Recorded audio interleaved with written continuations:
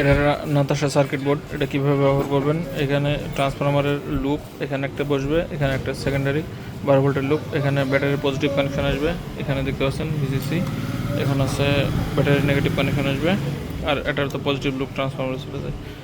এটা হচ্ছে এভিআরটার কাজ হচ্ছে আপনার হার্স কন্ট্রোল করা।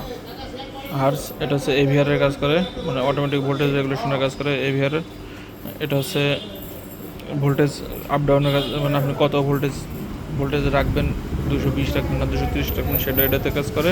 আর এখান থেকে এইভাবে কাজ করে। আর এখানে হচ্ছে এটা হচ্ছে সিসি কারেন্ট কন্ট্রোল, এটা হচ্ছে ভিসি ভোল্টেজ কন্ট্রোল। অর্থাৎ এখানে হচ্ছে ভিসি ভোল্টেজ কন্ট্রোল হয় এটা দিয়ে, মানে চার্জিং কাট আপ, যে আপনি কত ভোল্টেজ চার্জিং কাট আপ করবেন। এটা হচ্ছে সিসির কাজ করে, যে কত অ্যাম্পিয়ার চার্জিং কারেন্ট রাখবেন। আর এখানে তো কানেকশান আছেই।